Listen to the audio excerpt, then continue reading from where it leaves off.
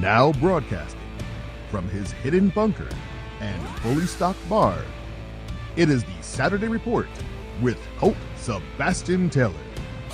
Thank you and welcome once again, my friends, to the Saturday Report with me, Colt Sebastian Taylor, adventurer, entrepreneur, and amateur swashbuckler.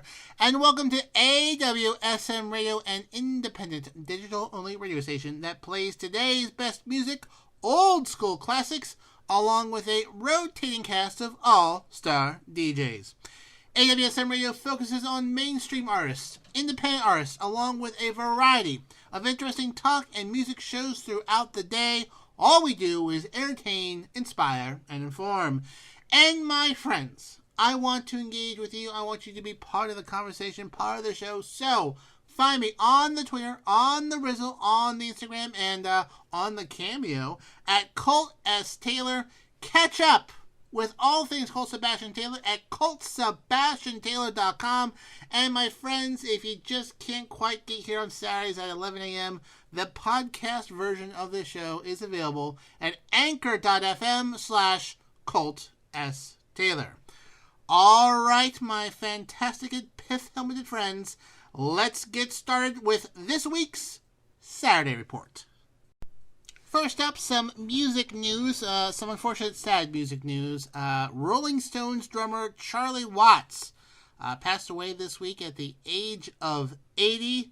Lived a very nice, long life. He joined the Rolling Stones in 1963. Widely regarded as one of the best rock drummers of all times, along with Keith Richards and Mick Jagger formed the core of the Rolling Stones. He was notably less flashy than Mick Jagger or Keith Richards, but were lifelong friends, obviously. He had some, no word yet on what he passed away from, but at age 80, he was an older gentleman. He was relatively healthy throughout his entire career, unlike some of the substance abuse of his other bandmates. He did have throat cancer in 2004, dealt with a little substance abuse himself in the 1980s, but was, just going along, playing the drums. Earlier this month, he was announced that he was not going to be able to travel with the band in their No Filter tour in 2021 after a medical procedure. No word what that exactly was or whatnot, but yeah, unfortunately he did pass away. A lot of other artists paid tribute to him, including Elton John, Paul McCartney, as well as Pete Townsend. All said very, very warm things about him. And apparently he has spent, when he wasn't rocking out with the Rolling Stones, spent lots of his life with his wife, Shirley Ann Shepherd, who married in 1964, had a daughter in 1968, and spent a lot of his life breeding Arabian horses in England. So that is a very, very that's a very good life to live. Very good life to live. So once again, Rolling Stones drummer Charlie Watts passed away this week at the age of 80. Moving along with additional music news, some disheartening news in the Juggalo world. Juggalos, those being devotee and fans of the Insane Clown Posse. Noted long-running Detroit rap duo. Violent J revealed this week he has a heart condition and will be having a farewell tour with the group as they begin to scale back their concerts and whatnot. Violent J, known as Joseph Bruce on his driver's license, has been diagnosed with atrial fibrillation. Involves abnormal heart rhythm, unfortunately. The 49-year-old said that they can't be doing things the way they are going to do it. So, along with his other partner, Shaggy 2 Dope, he announced that they will be doing a farewell tour next year with dates in U.S., Canada, and Europe and Australia. They're going to call it the Slow Tour, because he can only do 3 or 4 shows a week because of his heart condition and whatnot. But I mean, I think it actually is a good thing for him. I mean, that he's taking his health seriously. I mean, if I had a heart condition that says, Colt, you can't be doing radio shows, I'm like, okay, well, I can't do radio shows then. So, according to him, he says the doctors say that he can't be too amped on. Doctor says are not too amped on me doing shows. This is a quote, but it's not a wise move to get out and play 6 nights a week with a heart situation. So they are, like I said, their fans are known as juggalos. They mean much like other fans of other big groups. They go camping and follow their tour around and whatnot. It's a very interesting group of people. I don't know too many juggalos, but they tend to stick out. But don't worry, friends. This is not the end of Insane Clown Posse. They do plan to have, perform once a month at special events, get together yearly, and he could get better down the line. Continue to do music and put out albums. He found out that he had the condition because he went to the doctor because he found himself frequently winded, just making short walks on his property and whatnot. And he had to go to the hospital a few times and had to have an emergency fibrillation, which I believe is when they get your heart back into order and whatnot. But anyways, some sad news for juggalos out there that the Insane Clown Posse will be dialing back their activities in order to make sure that Violent J's heart remains healthy. He does now have a heart condition now. But pushing 50 ain't easy. So, best wishes there, Mr. Violent J. Hope you get all the treatment you need and you continue to put out music that your fans do enjoy so much. Next up, what? What's that? Yes, my friends, it's a Kanye West update. My favorite. I mean, can't wait till he runs for president again. But probably because I talked about Kanye West so much last year, these stories just seem to pop up magically. Kanye West has filed papers in an LA court to change his name to Ye. Y-E. Yep, Ye. He's also known as Yeezy, Yeezer, Yeemeister. I don't know. It's his moniker. But he's going to legally change his name to Ye. So he said about a few years ago that he wanted to be referred to as Ye going forward, but he has now filed legal paperwork to legally change his name to Ye. Even on Twitter, even though his handle is @Kanye West, his profile name is just Ye. Now you're probably saying to yourself, why change his name to Ye and not Yeezy or Yeezus? 2 other names he has gone over the years. Well, friends, it's biblical. It's biblical. He says that quote, he believes that Ye is the most commonly used word in the Bible. I'm reading from here. And in the Bible, it means you. And he said, so I'm you, I'm us, it's us. It went from Kanye, which means only one, to Ye, just being a reflection of our good, our bad, our confused, and everything. The album is more of a reflection of who we are. So, Ye meaning you, most commonly word in the Bible.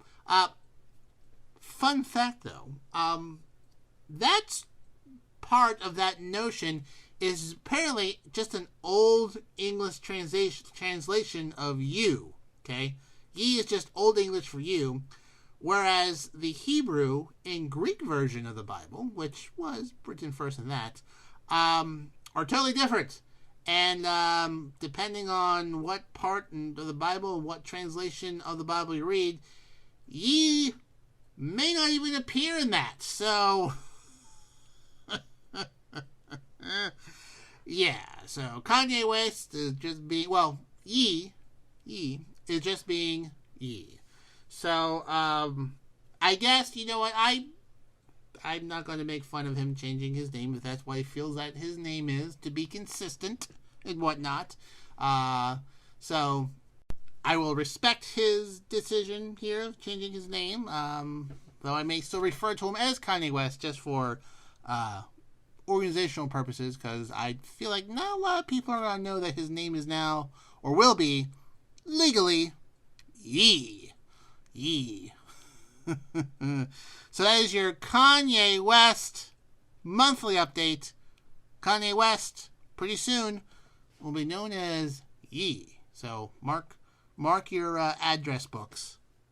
Now, there's one person whose name will never be changed because it is just embodies who he is. It's my friend DJ DC. And he has a show here, my friends, on AWSM Radio, DC Live in Effect. He mixes it up every Friday at 9 p.m., Sundays at 10 p.m. You do not want to miss out while he smashes it on the ones and twos. He's kicking the beats from his Yeeless South Florida compound week in and week out. You really need to listen. Mark your calendars. I mean, you're listening to me either Saturday at 11 or a Sunday at 11. So, friends, you already missed Friday. It's okay. You can catch us Friday, but you can catch him on Sunday at 10 p.m. Listen to my friend DC and his great show, DC Live in Effect, right here on AWSM Radio. Moving on to entertainment news. Hey, if you're like me, you have heard in passing about a show called Downton Abbey. Have I ever seen it? No. But I hear it's very good. Well, anyways, a new sequel film is in the works. Downton Abbey went off the air in 2016. That was 5 years ago, folks, just so you know. And in 2019, they made a movie. But they are working on making a new movie called Downton Abbey, A New Era, which I have to say, not impressed with the title, but fine, whatever. But they're working on it. As you know, Downton Abbey is an ensemble cast. There are lots and lots of people in the show, so it is a little difficult to get them all together, but they are working on it. Some of them are very, very eager to do their roles again. Apparently there'll be a few new faces along with the original cast. The script is apparently funny, I guess. I don't know how funny the show was. And even the great Maggie Smith might make an appearance in the movie. Apparently, in the last movie, it was sort of suggested that she was done playing her character, the Dowager Countess. She got rave reviews for it. But, you know, anything is apparently certainly possible. But apparently the first film was written in a way that led the potential for a sequel to come out. But I guess we shall see. Will I watch Downton Abbey? Probably not. I'm more of a Bridgerton fan myself. I do like the period pieces, but, you know, I might give it a whirl down the road. But if you are a big old Downton Abbey fan, stay tuned for a future movie that should be filming soon, I guess, as soon as they get everything organized with the COVID-19 stuff. But it's apparently in the works. Moving along to health news. Watch out, charcuterie fans. Sometimes once you know, people are vaccinated and masking stuff, people like to get together. They like to have their little tray of meats and cheese. Well, there's a salmonella issue popping around here right now, an outbreak linked to Italian-style deli meats. Apparently, a lot of Italian-style deli meats are a little raw, I guess, compared to other meats, and salmonella is popping about a bit. Apparently, as of this week, people who are eating salami and prosciutto, and which is usually found in antipasta or charcuterie boards. As of this week, 36 people have fallen ill. and 12 have been hospitalized across 17 states. Now, fortunately, no deaths have been reported. No foods have been recalled yet because the CDC is still trying to figure out exactly which meats are contaminated with salmonella. So they can't quite figure that out yet. But the CDC is saying that until they figure out which it is, they should really heat all Italian-style meats to internal temperature of 165 degrees Fahrenheit, or until steaming hot before you eat it, to reduce the risk. Heating food to that temperature will help kill the germs that cause salmonella. If you are 65 years or older, it can get you. It can get you. Now, salmonella happens more often when people ingest raw foods like meat, eggs, poultry, or other egg products. Salmonella poisoning can cause fever, stomach cramps, diarrhea. It usually kicks in 6 hours to 6 days after someone is infected. More serious symptoms of salmonella include headache, chills, vomiting, nausea, and bloody stools. Isn't that just delightful? Now, these usually show up, symptoms usually clear in 4 to 7 days. Most people do not need special treatment for it, but it can send people to the hospital, and it can last for weeks in rare cases. In some cases, salmonella can cause someone to be seriously ill by infecting bones, joints, nervous system, or their urine. And although that over 1 million people are infected with salmonella every year, 26,000 are hospitalized, and about 400 people die every year from salmonella poisoning. So it is a very serious thing. Most treatment can be done at home. Just drinking water, eating ice chips. You get dehydrated. You get very, very dehydrated with salmonella, and sometimes they need to give you some antibiotics. But anyways, deli meats, Italian deli meats, charcuterie, antipasta plates. Be mindful, salami and prosciutto. You may want to hold off on that for a wee bit until they figure out exactly which meats are contaminated. What else is also dangerous, my friends, is driving home after a long day of work and having nothing all that interesting to listen to on the radio. Well, allow me to issue not a warning, but a recommended suggestion. Listen to the Rock Sessions. It is our drive time show here on AWSM Radio. And my pal Rox, the beautiful, fantastic, talented lady that she is going to make sure your evening commute home is fun. Featuring the hottest music on the charts and some other surprises in between.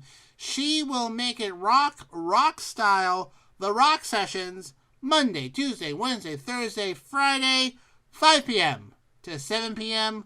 right here on AWSM Radio. Go to the website, download the app, so you, my friends, do not miss the Rock Sessions. Right here on AWSM Radio. We now go from Central America to Hawaii, where the governor of Hawaii is encouraging tourists not to come to the island right now due to a surge of coronaviruses, saying, quote, "This is a risky time to be traveling now." So he is highly encouraging. He hasn't banned travel. I don't know if he can or can't anyways, but he's saying he should only come to Hawaii for essential business activities only. He's saying if visitors do come, they will not have a typical good Hawaiian vacation. Restaurant capacity is restricted, and rental vehicles apparently are very limited. So there won't be many places to eat, and it's going to be hard to get around Hawaii because of the situation out there with COVID-19. Apparently, hospitals are reaching capacity out there. There have been almost 10,000 new cases in the past 2 weeks, and the majority of them are on the island of Oahu, the Hawaii's popular destination for travelers over there. Now, he's saying that people are bringing COVID from other places to Hawaii. ICU beds are filling up. They're saying that the surge is because of tourists coming in. And their health system is getting very, very, very taxed and will become crippled if things don't change. Now, probably say to yourself, oh, well, there haven't been much lower deaths, so things are fine. Well, friends, don't know how many times I have to explain this. I've explained this a whole bunch, but in 2021, hospital capacity is increased. 2020 really made people figure out how can we help more people. So while cases are up, the hospital systems have been able to absorb that. But there's soon to be more cases than there were during the past 3 bumps of COVID. And once those hospitals are filled, then that's it. That's it, friends. That's all that there is. That means if you have COVID, there'll be no one available to help you. And just because there's COVID-19 going on, that doesn't mean all other health things have come to a stop now. People have strokes, heart attacks, cuts, broken bones, other medical needs. And if medical resources are all dedicated towards, frankly, these slack-jawed yokels who aren't going to wear a mask and get a vaccine, you would have to wait. There's a story I read last week that someone in Texas was shot 6 times and had to wait a week for surgery because all the beds were taken up by COVID-19 people. So I guess he was fine. They patched him up, pulled the bullets out, but to repair him, to fix him up properly, he would have to wait because all the resources were dedicated towards COVID-19 people. So, friends, get yourself a vaccine, throw on a mask, discard your some semblance of notion of what HIPAA laws are and what the Constitution says, because chances are you don't know what you're talking about, and just contribute a smidgen to society and help us get through this 4th wave, okay? Does this mean you might have to get a booster shot every year? Yeah, it might mean you have to get a booster shot every year. Is that the worst thing? No, it isn't. You should get a flu shot every year is what you should be doing. That would help, make hospitals more efficient during regular flu season. But, yeah. So, anyways, I'll get off my soapbox there. So the health director said that in Hawaii, COVID cases have gone up for the past 10 weeks in a row, and it is becoming an issue over there.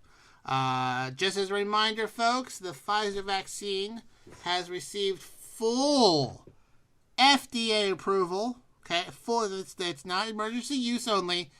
It is fully approved. And according to the latest statistics, 62% of Hawaiian citizens are fully vaccinated, according to the state. So, Hawaiian-bound friends, you might want to reconsider travel, because even if you are fully vaccinated and wearing a mask and a hazmat suit, there's not a lot of stuff to do in Hawaii right now because lots of people are sick over there. Now, my friends, Hawaii is not the only place taking COVID seriously. So is the NFL, and for good reason, because they want to make their money. So the NFL is requiring their players to wear masks, observe COVID protocols, and wear tracking devices. So if someone does get COVID-19, they can quickly figure out who has been in contact with who so they can quarantine that and prevent a larger outbreak. Well, they've issued $14,650 fines, that's each, to 25 players in the league for failing or refusing to wear a mask or tracking devices.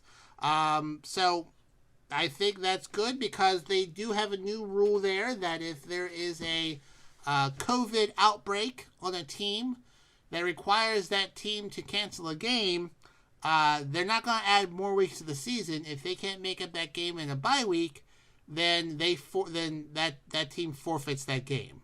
And players on both teams don't get paid. So that is their financial incentive about being careful about COVID is if you get COVID and it gets all over the place, you had one big old dance party with your players and your fellow players, and everyone gets COVID and we can't do the game, then you lose and you don't get paid Nowadays, everyone else in the other get paid. They're not going to like you either. So, this is many folks' first violations. They've handed out 120 written warnings to people, and repeated violations include higher amounts of fines, and can include a 4-game unpaid suspension, which, it's going to hurt your team's chances and also hurt your bank account as well. So, but I am fine with this. I am fine with this. I mean, they're looking out for their profits, and they have ways that people can stay healthy. These slack-jawed yokels don't know how science works, then you don't get paid. You don't get paid. Moving on to entertainment news, former Buffy the Vampire Slayer star Nicholas Brendon is in trouble with the law once again. I don't exactly know what the demographic of folks who listen to my show know, but I was a big Buffy the Vampire Slayer fan. Did watch it when it first aired, but appreciated the reruns, and actually, over the course of quarantine, went through the entire season, and then also the spinoff Angel as well. But he played Xander on Buffy the Vampire Slayer, and since the end of that show, which was over a decade ago, maybe more decade and a half, holy moly, has had numerous problems with the law, including property damage, criminal mischief, domestic violence, and this apparently he was arrested for obtaining some prescription drugs fraudulently. Apparently he was pulled over in Indiana. Law enforcement saw him driving erratically, and then when he got pulled over, he had a visibly racing pulse, which that's a high pulse, and his hands were shaking. He gave an ID belonging to his brother, his twin brother, Kelton, who appeared on one episode of Buffy the Vampire Slayer when he was doubled, so it was two of him, and his twin brother played the other version of him. It's a really neat episode. But they found a small plastic bag with some crystal/powder inside, and a pill bottle, and they think that he was either selling pills or abusing pills using a fake ID. So he committed prescription drug fraud. So he has gone to rehab a few times, but he just can't quite stay on the wagon. I mean, addiction is a terrible thing. I certainly hope he gets the help that he needs. But he has been arrested once again with his legal issues. He does go to conventions. I guess that's how he plays. Pays his bills and whatnot. He does do a little work here and there. But his character is very beloved, a very much beloved character on the series. Just a shame that this is where he has ended up. But hopefully, Mr. Xander Harris, Nicholas Brendon, will get the rehab help he needs. And you're never really cured. You just kind of keep on going, and by every day, keep on going. But hopefully, he gets the help he needs and will be better and stay out of legal trouble. My friends, if you're like me, you enjoy sports, and as we get closer to fall, more sports will be heating up. I'm personally a football fan myself. Well, go no further for your weekly dose of sports-related radio. You need to check out Married to the Game. It is AWSM Radio's sports show here on Wednesdays at 9 p.m. Stars Brian, Joe, and Mac Daddy. They're going to bring their insights, their analytics, their expertise on all things games to the table. And what kind of sports show would it be without a little bit of trash talking? So it's a very enjoyable show. You need to follow these folks on the Instagram. Joe at Turn Up the Jets, Nick at the Mac Daddy Ryan Show, Brian at bolstered_up_sports, and then the show itself, Married to the Game, at MTTG Radio, all on Instagram. Follow them. I think you'll enjoy them. They do a very good job. So listen, Wednesdays, 9 p.m. Eastern Standard Time, Married to the Game, right here on AWSM Radio. Moving on to business news, Walmart is getting into the local delivery game, connecting retailers with local customers. They are launching a service called Go Local. It is going to be a white label service that will deliver goods from other local retailers to customers. That's right. So Walmart will be selling their own things, but they're going to open up, applications so that other people can sell things to people online, and then Walmart's distribution system will then move those goods from the stores to the people who are ordering them. So they're going to be using, obviously, gig workers, much like the Amazon Prime delivery vans that you see out there. Those aren't owned by Amazon. Those are companies working with Amazon.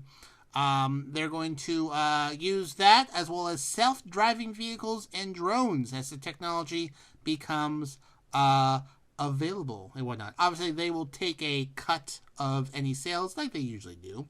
But that means in some areas, you may be able to get 2-hour delivery. Like if you order some groceries, it may come to you within 2 hours. Or if you need a cord for a computer, it'll come to you.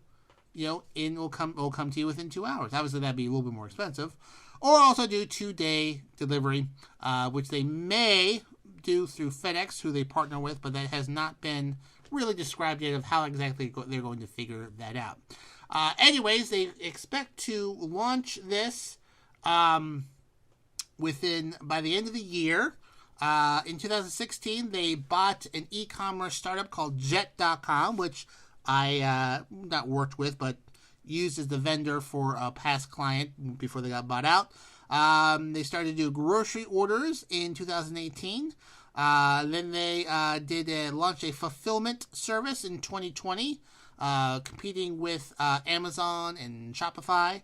And now they're entering this market as well. So can't say it is it's good. There's more competition out there with Amazon and these other services. Amazon launched a similar service called Amazon Shipping in 2018 to compete with UPS and FedEx, but they suspended it last year because of COVID-19 type stuff. But Walmart getting into the game. I would imagine that Target is looking carefully at this as well. That's one of their main competitors. And hey, listen, folks, the more competition, the better it is for everyone else. So and if small-time retailers can connect to other customers and utilize the shipping and distribution services of Walmart, I think, if done properly, it would be a good thing. I'd be very interested, very, very curious to see how this turns out. And I don't know, I might order more stuff from Walmart.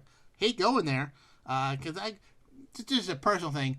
Whenever I go to Walmart looking for something, they never have it. They just don't have it. I mean, it must be a coincidence, but it feels like it happens more to me than other folks. I think that smiley face sees me coming, whistles to his other smiley face friends, and then hides the stuff that I'm looking for. Conspiracy? Only if it's not true. Anyways, Walmart, go local. Check it out. Should be popping up in your area by the end of this year. Next, friends, watch out Tokyo, watch out Singapore. A new European city, a capital, has overtaken them as the world's safest city. Copenhagen was named the world's safest city by a new study from the Economist Intelligence Unit, saying it was the world's safest city. They study 5 pillars of urban security: digital, health, infrastructure, personal, and environmental. Copenhagen topped the charts with 82.4 points out of 100. After that was Toronto with 82.2, and then Singapore, Sydney, and Tokyo rounded out the next top 5. So they put a lot of stuff into this study. They look at 60 cities. They look at 76 indicators of security to get a better picture of the safety in that city. Now, obviously, COVID-19 hurt global safety in terms of health and whatnot, and digital security has also become a very important thing to measure. to see how secure digital networks are so people can do business and have commerce and whatnot. Infrastructure has changed. Infrastructure is also something they look at, and safety and whatnot. So it's a very interesting study.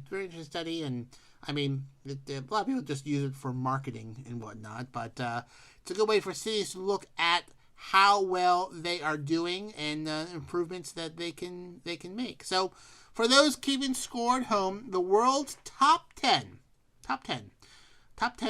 safest cities in the world according to the Economist Intelligence Unit are: number 1, Copenhagen; number 2, Toronto; number 3, Singapore; number 4, Sydney; number 5, Tokyo; number 6, Amsterdam; number 7, Wellington, which is in New Zealand, for those who don't know; number 8, Hong Kong; number 8, Melbourne; and number 10, Stockholm. Now, the cities who end up at the bottom of the list were Lagos, which I believe is in Nigeria, Cairo, Caracas, Karachi, and Yangon. They were the least safest cities in the world for a variety of reasons. But yeah, I mean, I'm sure they're trying their best and whatnot. But yes, if you want to go to a safe urban city, Copenhagen is the place to be. The world's safest city, according to this year's that's a hard word for me to say today. According to the EIU, which is the first letters of that name of that new wide-reaching study. So if you go there, friends, send me a postcard. I love getting postcards. It's like my favorite thing to get. Finally, this week, folks, the Teenage Mutant Ninja Turtles, popular cartoon when I was growing up, has been redone a few times over the years with mixed success, I guess you could say. But I'm always was a fan of the cartoon and the earlier movies. Well, they have been releasing video games of the Teenage Mutant Ninja Turtles recently. I remember the big arcade game, battle game they had there, sort of smash 'em up, beat 'em up, scrolling game. Very good stuff for at the time. They are releasing more games like that, and guess who is joining them in the brawl? April O'Neil. That's right. There are some video games coming up here soon, which April O'Neil, the yellow jumpsuited reporter, you can play as a playable character in this game. And it is long past due that this vital character in the Teenage Mutant Ninja Turtle world has the ability to, you can play as that person in the game. Next up, hopefully Casey Jones, but it's great that April O'Neil is now a playable character. I think it's great. I mean, I think it is long overdue. She, of course, does some martial arts stuff, but I think what's really interesting is in her fight moves, she incorporates some of her reporter stuff. Like, she'll throw a camera, she'll mic drop onto someone's head, and the mic will like blow up and defeat the person. So I think it is really, really, really amazing. So she will be appearing in Teenage Mutant Ninja Turtles Shredder's Revenge, and also in Nickelodeon's Brawl for All, which is basically their version of the Smash Brothers. Oh, Nickelodeon All-Star Brawl. Apologies. Which basically is the version of the Nintendo Smash Brothers game, basically bringing characters to fight and whatnot. They're going to be released in 2022, and if I can get my hands on some of these games, I definitely will try them out. So congratulations, fellow redhead April O'Neil, for making your debut in various video games. Maybe one day your old pal Colt Sebastian Taylor will pop up in one of these games as well. Maybe. Well, my friends, that just about wraps up this week's Saturday Report with me, Colt Sebastian Taylor, here on AWSM Radio. Thank you so much for joining me today. Remember, you can find me on the Twitter, on the Rizzle, on the Instagram, and on Cameo at Colt S. Taylor. You can catch past episodes or even subscribe if you end up being busy on the weekend at anchor.fm/Colt S. Taylor. In fact, you should just subscribe anyway, so because you may want to re-listen to the show later in the week. I think you would. I think it has value. But anyways, if you think I should be covering a story, hit me up on social media. Bookmark ColtSebastianTaylor.com for all things Colt Sebastian Taylor. And until next week, my friends, I am, of course, your friend, Colt Sebastian Taylor, and I'll see you later.